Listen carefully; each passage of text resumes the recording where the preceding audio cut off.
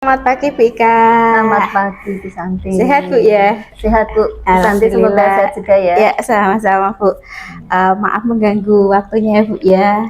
Di sini saya menghadap Bu Ika untuk kegiatan tugas CGP, di mana saya kan CGP angkatan 11 dan ini ada tugas demonstrasi kontekstual untuk melakukan wawancara kepada kepala sekolah, di mana kepala Bu Ika adalah kepala sekolah dari SMP Negeri 12 mengenai pengambilan keputusan berdasarkan nilai-nilai kebajikan sebagai pimpinan, di mana Bu Ika kan sudah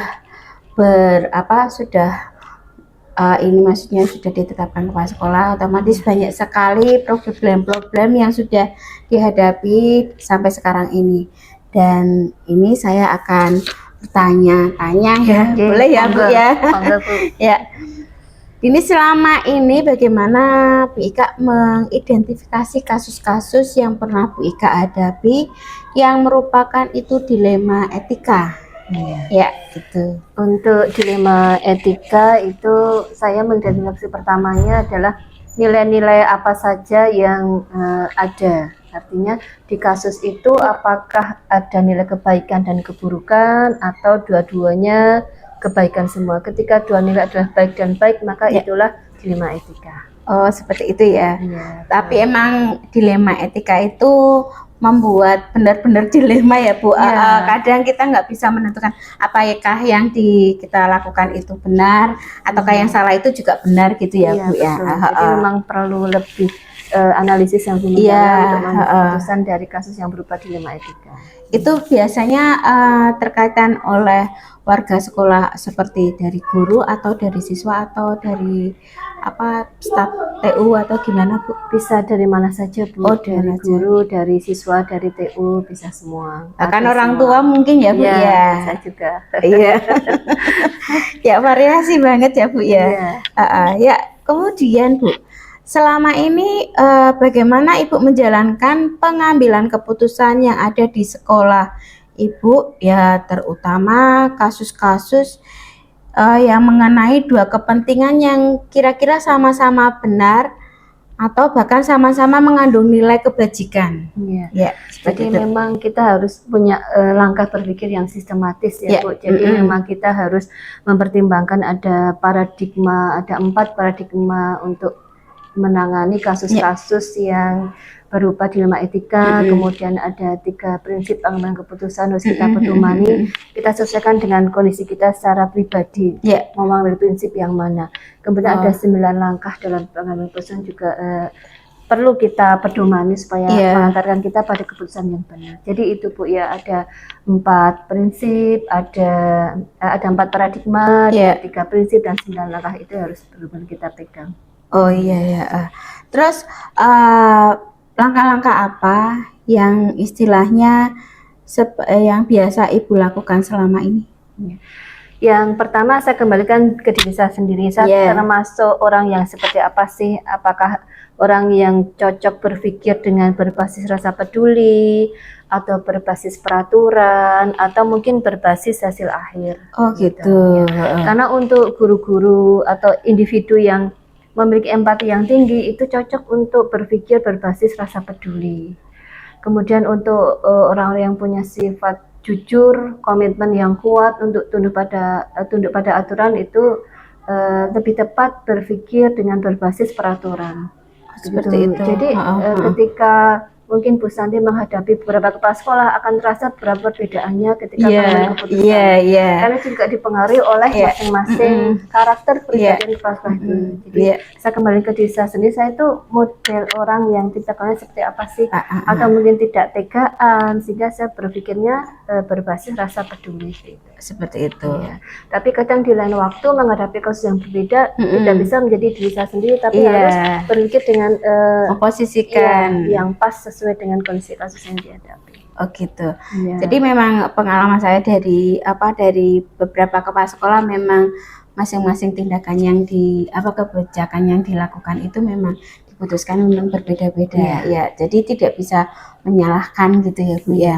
Yuk kemudian hal-hal apa saja yang selama ini Ibu Ika anggap efektif dalam pengambilan keputusan terhadap masalah-masalah atau kasus dilema etika? Ya.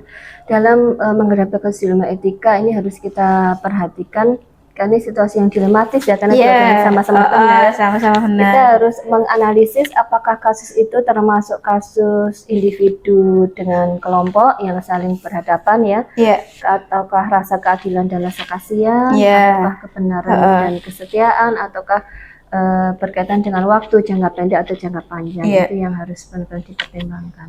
Oh iya, ya gitu. Kemudian apakah Ibu memiliki sebuah jadwal kemudian dalam menyelesaikan sebuah kasus dilema etika?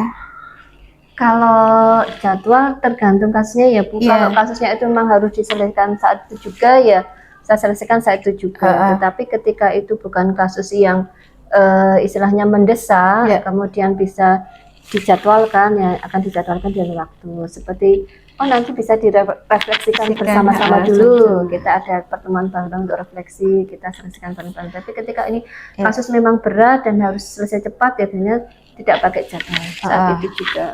Ibu pernah berkolaborasi dengan mungkin dengan siswa atau dengan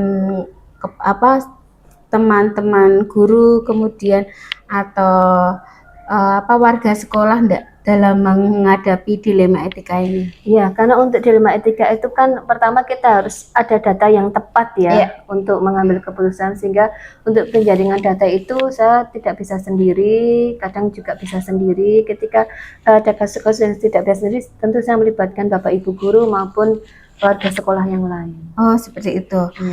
Tapi ada pengalaman enggak Bu sampai mencuat ke media massa atau yang istilahnya merusak reputasi sekolah gitu Bu? Alhamdulillah sejauh ini tidak, dan semoga tidak ada ya. Tapi selalu meningkatkan mutu dari SMP yang Ibu ampuh ya. Ya, baik Bu.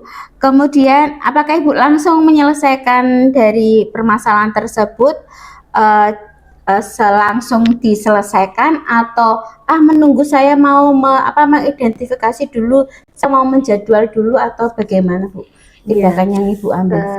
Ini tadi ya seperti yang tadi sudah kita bicarakan, ini tergantung pada tingkat kerumitan dan tingkat kerawanan kasus yang dihadapi. Kalau ditunda ini kok semakin rumit ya berarti harus cepat gitu, tidak dijadwalkan dulu.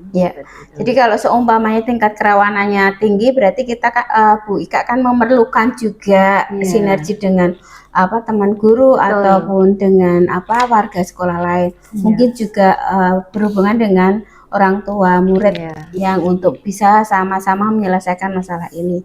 Terus adakah pihak-pihak terkait yang pernah Ibu istilahnya ambil suatu kerjasama atau dinas lain atau pihak seperti di sini kan dekat dengan Polsek ya Bu ya, kemudian atau dengan puskesmas atau apa gitu?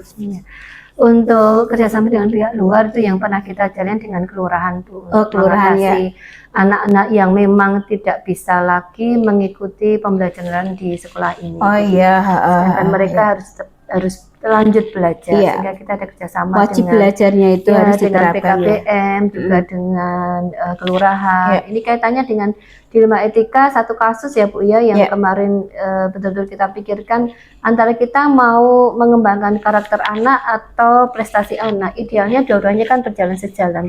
Tapi untuk kasus-kasus tertentu kita harus berpikir antara jangka panjang dan jangka pendeknya. Ketika anak-anak ini diberi kesempatan terus untuk misalnya lomba, ketika kondisi karakter mereka kurang bagus, ini di jangka panjangnya ketika katakanlah mereka menjadi atlet begitu ya, mereka juga harus menjadi atlet yang disiplin. Di sini mungkin dimaklumi tidak disiplin, tapi di tempat lain mungkin antara jangka panjang dan jangka pendek ini juga dilema etika. Akhirnya kita kemarin memilih untuk lebih kuat di karakternya, untuk prestasinya nanti sesudah karakter terbentuk. Memang emang harus pikirkan yang mana yang lebih baik ya Bu ya. Emang menjamah karakter anak itu yang penting sekali dan memang susah. Jangka panjang juga PR yang menjadi istilahnya kita sebagai pendidik Ibu ya. Kalau prestasi kan jangka pendek saja sudah. Ya, kalau karakter jangka panjang ya. Kemudian adakah faktor-faktor yang mempermudah Ibu dalam pengambilan keputusan terhadap kasus-kasus dilema etika yang sudah dialami? Yang mempermudah saya karena teman-teman di SMA 12 Bapak Ibu guru dan tenaga pendidikan itu bisa diajak berpikir bersama, kesepahaman itu tidak sulit untuk terbentuk. Jadi ada kerjasama yang baik, kolaborasi yang baik. Ini sangat membantu saya ketika saya harus mengambil keputusan pada suatu kasus tertentu. Ya, bisa saya analisa juga ketika apa yang tindakan Bu Ika lakukan ketika ada siswa walaupun sudah SMP pun tidak ada membaca, kemudian berkolaborasi dengan guru-guru untuk mengajarkan cara membaca. Itu luar biasa sekali ya. Kemudian dari semua hal yang telah disampaikan, pembelajaran apa sih yang Ibu petik dari pengalaman yang sudah menjadi keputusan dilema etika? Iya, jadi dilema etika ini benar-benar bisa kita pecahkan ketika kita punya kolaborasi yang baik. Kemudian kita memiliki langkah-langkah berpikir yang sistematis yang tepat. Itu dua hal itu Bu yang penting dalam menyelesaikan dilema etika. Pelajaran yang penting. Selama dalam kepemimpinan memang ada masalah-masalah yang dihadapi terlebih dalam dilema etika. Dan ini sangat menjadi pembelajaran kita sebagai istilahnya garda terdepan dalam menghadapi situasional pendidikan. Dan dalam dilema etika kita memang dihadapkan antara benar dan tidak benar, tapi menjadi benar. Nah, tidak bisa yang paling benar. Iya, tapi juga tidak bisa menghakimi bahwasanya yang kita lakukan itu juga tidak benar gitu. Iya. Itu saja yang bisa saya sampaikan. Terima kasih atas waktunya. Sama-sama. Semoga lancar Bu Santi. Ya, terima kasih Bu. Ya, sama-sama.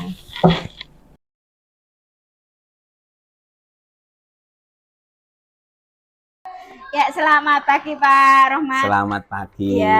Sehat. Sehat Pak, alhamdulillah. Nggih. Mengganggu sebentar ya Pak ya. Ya, siap. Ini keperluan ada kegiatan saya kan CGP angkatan 11. Nah, di mana dikasih tugas mengenai demonstrasi kontekstual untuk wawancara pada kepala sekolah berkaitan pengambilan keputusan. Baik. Sebagaimana Pak Rohmat menjadi kepala sekolah di SDP Panjang Wetan 3. Ini saya akan kita bincang-bincang aja ya. Sharing aja sharing aja ya, santai aja. Tentunya kan beda nanti yang ada di lapangan dengan teori yang gitu. Bu Santi ini angkatan berapa? Saya angkatan 10 tapi mengikuti angkatan 11. Sukses, mudah-mudadan lancar. Terima kasih, sukses bersama Selamat Pak. Selamat datang di PW3. Keadaannya kayak gini Bu. Iya, itu sudah luar biasa Pak. Siap. Begini Pak, berkenaan dengan yang selama ini Bapak hadapi. Bagaimana Bapak mengidentifikasi kasus-kasus yang menjadi dilema etika bagi Bapak itu.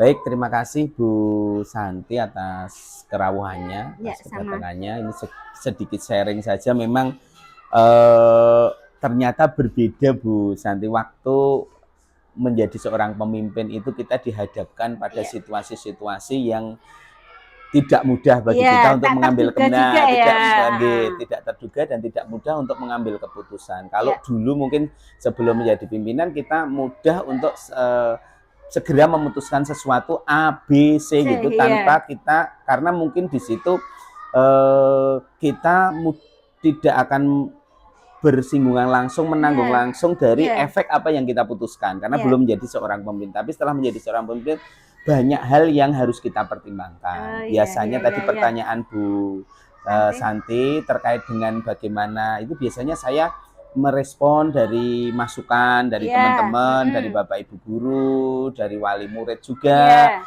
dan juga biasanya saya adakan sharing diskusi juga seperti itu. Jadi saya mengidentifikasi ini melalui hal-hal itu. Jadi kadang ada juga situasi-situasi yang muncul yang sensitif, di mana di situ sebenarnya terjadi perang kepentingan antara individu, antara kelompok, atau juga ada hal yang harus diputuskan yang mana secara aturan itu benar, tetapi secara misalnya di situ dari sudut pandang orang tua atau dari sudut pandang secara umum di situ itu memberikan hal yang kurang menguntungkan. Jadi di sana Bu yang biasanya betul.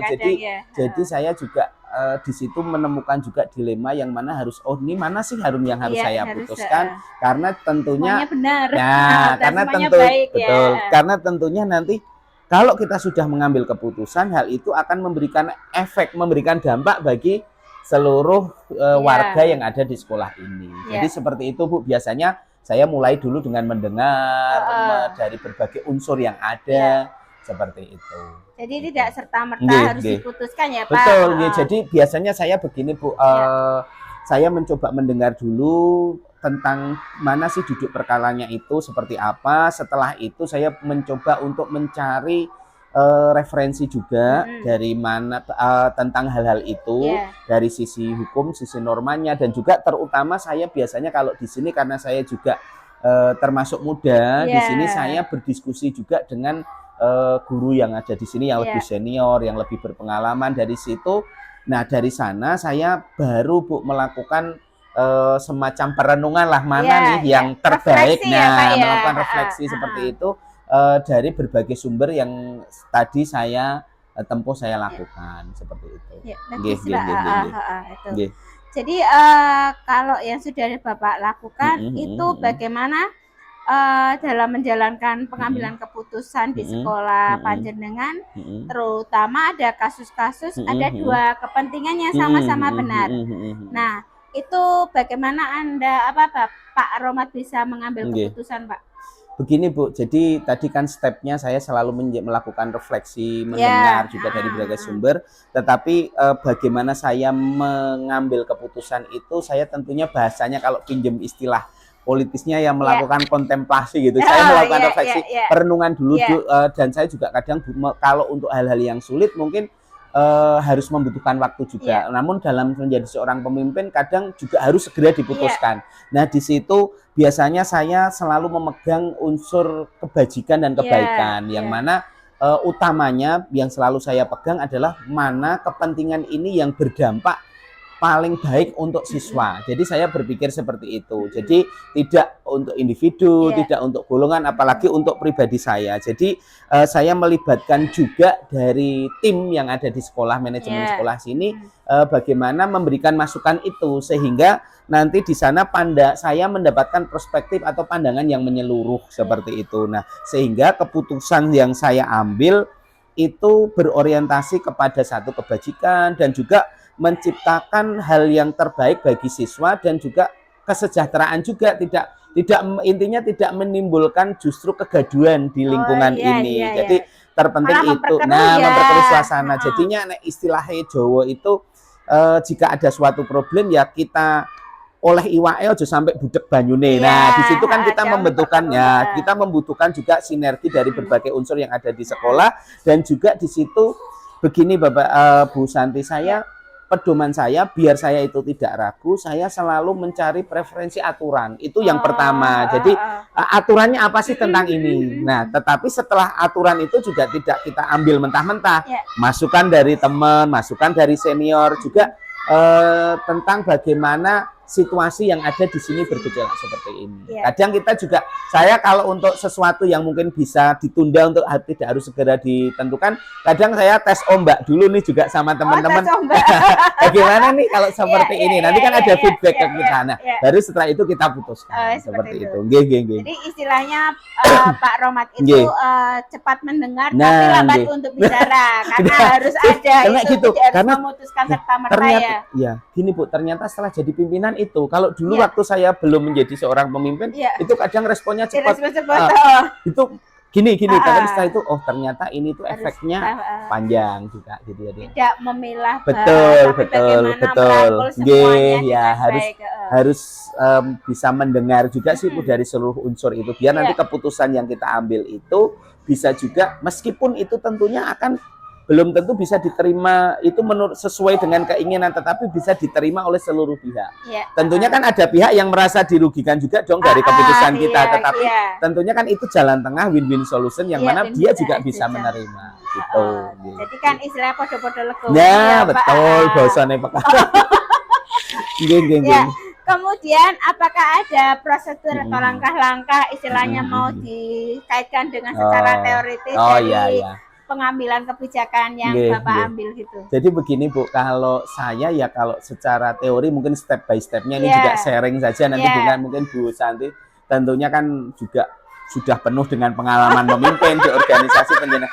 Nah, tetapi kalau kita tuangkan dalam mungkin step-stepnya atau mungkin dengan prosedurnya gitu ya. Yang pertama kalau saya identifikasi masalah terlebih dahulu. Jadi langkah pertama saya mengidentifikasi masalah dulu dari apa yang tadi saya dengar, saya lakukan identifikasi. Setelah melakukan identifikasi itu biasanya yang saya lakukan adalah mengumpulkan fakta-fakta. Nah, mengumpulkan fakta itu bisa dengan bisa dengan yang terkait dengan problem itu, bisa dengan kita misalnya juga kalau misalnya itu terkait dengan seseorang ya kita amati atau gitu gimana. Nah, selanjutnya setelah itu kemudian saya mendengar dan mengajak diskusi teman-teman ataupun ya tadi kalau di sini mungkin ada manajemen sekolah lah gitu kalau di penjenengan kalau di kami kan mungkin guru senior jadi kami diskusi tentang hal itu yang tentunya kan saya selaku kepala sekolah juga sudah bisa memilih nih mana yang bisa saya ajak diskusi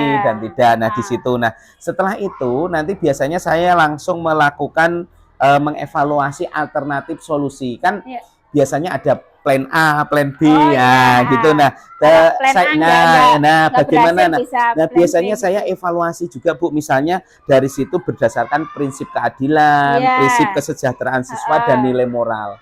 Nah, saya timbang-timbang kalau yang ini nanti bagaimana nih keadilannya bagi saya, bagaimana nih manfaatnya untuk siswa kan seperti itu. Nah, setelah itu baru adalah tahap akhir saya mengambil keputusan dengan mempertimbangkan konsekuensi jangka pendek dan jangka panjangnya gitu.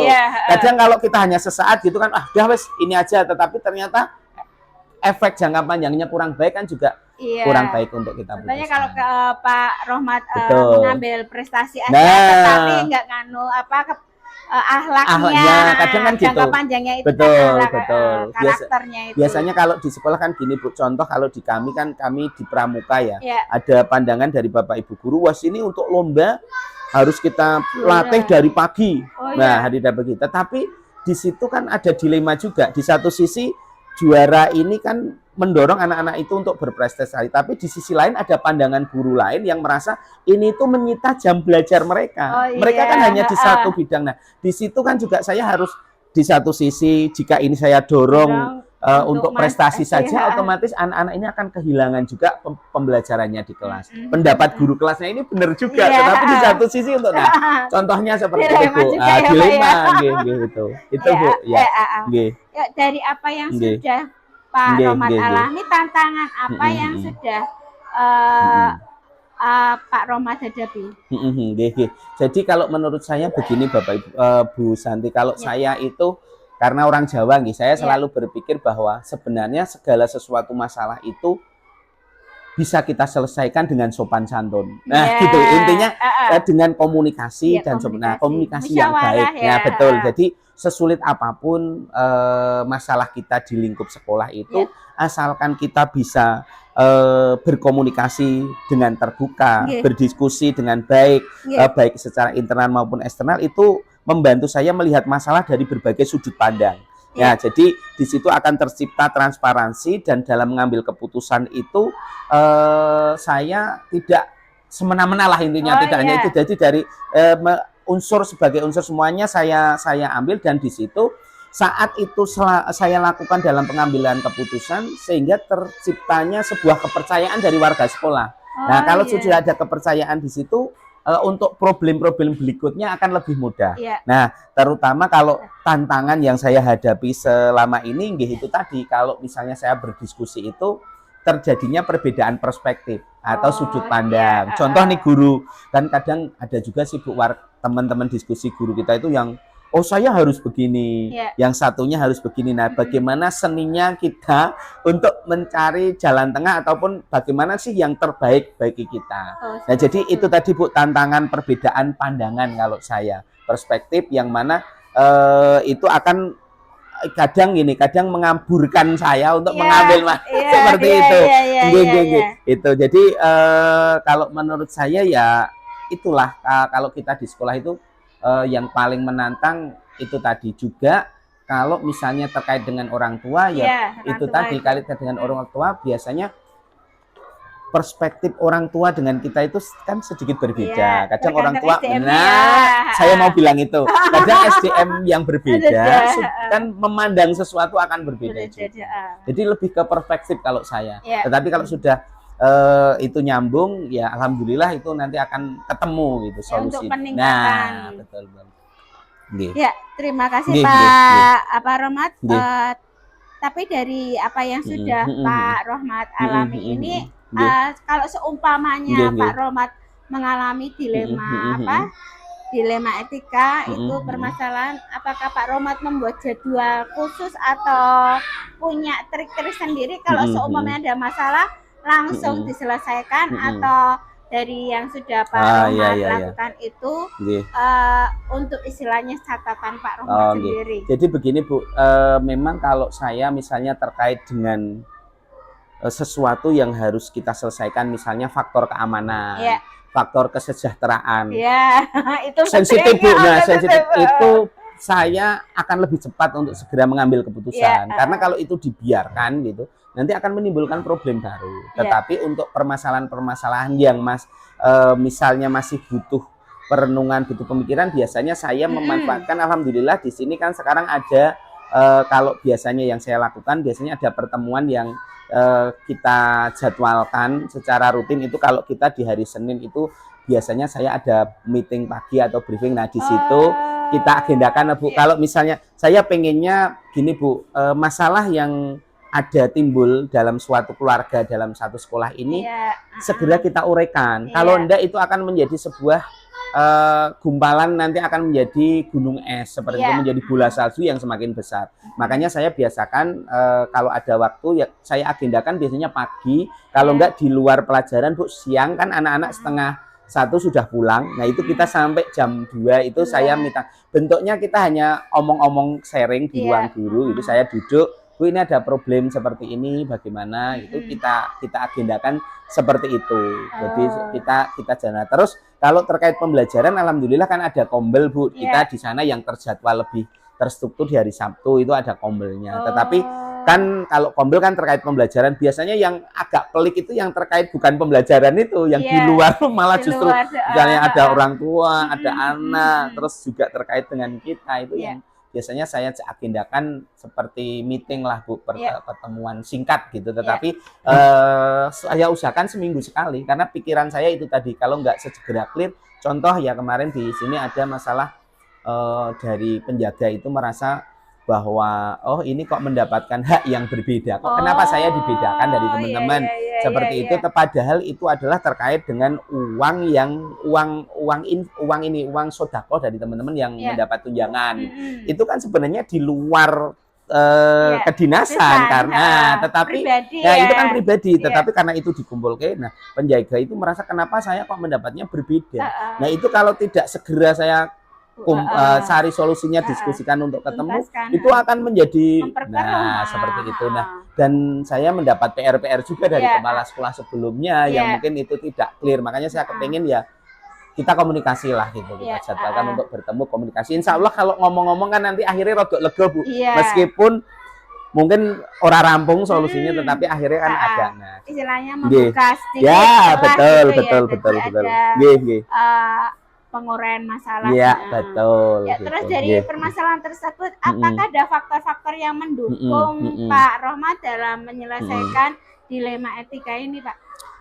Kalau saya faktor yang mendukung di sini ya ini Bu, kalau di sekolah sini alhamdulillah di sini ada 2 mantan kepala sekolah yang ditugaskan kembali menjadi guru. Ya, di sini. betul. Jadi membantu sekali ya Betul, Pak jadi ya. saya ibaratnya kan mereka sudah matang, jadi Ya, saya tinggal ngunduh uwoy. Iya. Kalau ada problem seperti ini itu menjadi teman diskusi saya yang itu. Terus juga ada dari kalau di sini istilahnya parenting itu Parenting, komite ya komite. intinya, tapi komite di kelas itu jika ada solusinya betul. Jadi di sana saya biasanya kalau ada problem-problem saya kan terbantu sekali dari situ. Nah intinya lah gini Bu, kolaborasi dari semuanya lah, kolaborasi dari teman-teman guru, dari parenting, dari orang tua, dan juga kadang pun saya juga kalau misalnya ini terkait guru, saya juga berdiskusi dengan anak.